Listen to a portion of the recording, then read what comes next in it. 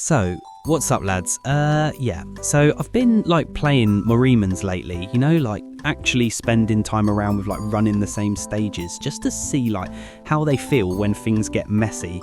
And I just want to talk through the characters the way I felt them while playing. And guys, I'm not going to be covering all of them, so if I missed any, please let me know in the comments, okay? So I'll just place them into tiers based on what I think about them, right?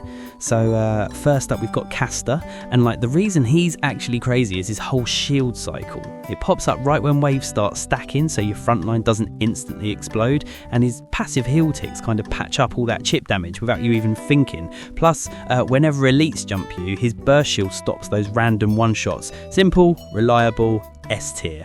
Then Pikman. So early game this dude feels wild because Chromo Loop just wipes waves before they even group. You blink and everything's gone. But once you get later, he starts depending a lot on relics hitting the right rolls, and if they don't, he just feels lighter. Still solid though, so yeah, A tier. Alright, Polluck's next, and he's slow at first, right? But the moment a fight goes long, his stacking damage just ramps and ramps until it's kind of gross. His scaling's stupid if the boss doesn't nuke you early. Once he hits that spike, he becomes the main DPS without trying, so yeah, S tier for me. Now Loten, man, Arc 1 just does not treat her nice. She needs investment for her kit to actually do anything, her skill up time and damage smoothing just aren't there early. Everyone I tried, she felt like she was always playing catch up, so yeah, she dropped into C tier for Arc 1 for me. Then Celeste, super clean support. Honestly, her mini burst heals and damage smoothing make his squishies way harder to randomly lose. Whenever I messed up positioning, she just patched everything. Not flashy, but she keeps the run alive. She's A tier for sure. Moving on, Winkle. And she's weird because early game she feels almost too flat, but once you start stacking exalt stats, she actually started doing real damage. The problem is Arc 1 doesn't give you that scaling yet, so in Arc 1 she sits in B tier for me. Okay, Jenkins. This one's ridiculous. Her AoE in Arc 1 is just unfair. She deletes trash mobs so fast the game doesn't even animate after them, and her exalt scaling is actually nuts. She carried under-level teams for me more than once, so she definitely goes S tier. Arica next. She looks like she's going to be sick, but then you play her and realise she needs gear to not feel like wet cardboard. Without items, her damage drops off and she never gets roll in, so she's set in C tier for Arc 1 for me. Then Genesis Ramona. She's slow to start, but once she gets a ramp going, she stays relevant the entire fight, especially versus long bosses where her kit keeps stacking damage. She legit becomes a problem to enemies, so yeah, A tier. Now, Salvador, super simple tank, he holds for it properly, his mitigation windows actually matter, and he's just one of those I don't die today picks. Doesn't carry damage, but he stabilises the whole squad, definitely A tier in team value. Dropping down a bit, Tulu, so Tulu's damage is fine, not awful, not crazy, just kind of middling. His uptime's okay, but he doesn't have anything explosive or standout, so I left him in B tier. Alright, moving up. Katagura?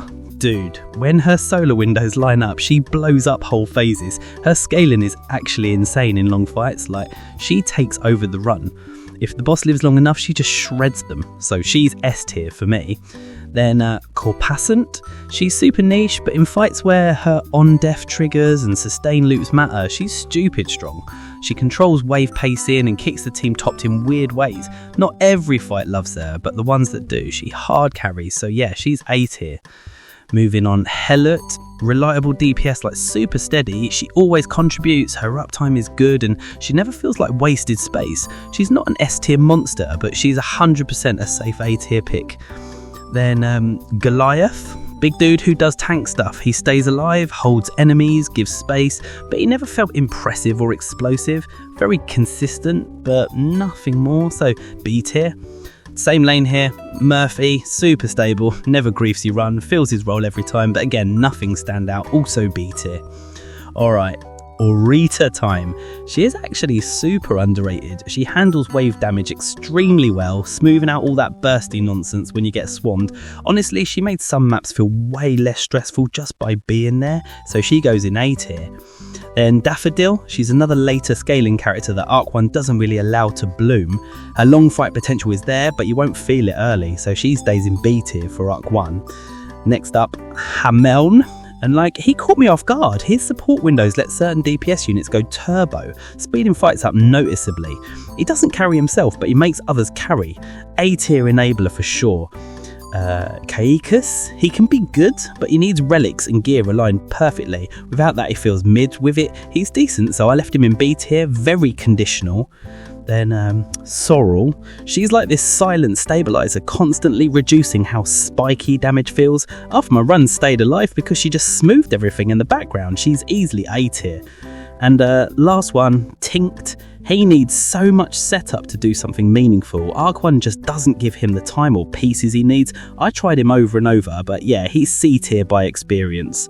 So yeah, that's the full list. My S tier hard carriers were Casta, Pollux, Jenkins and Katagura, the ones that actually pulled runs out of disasters.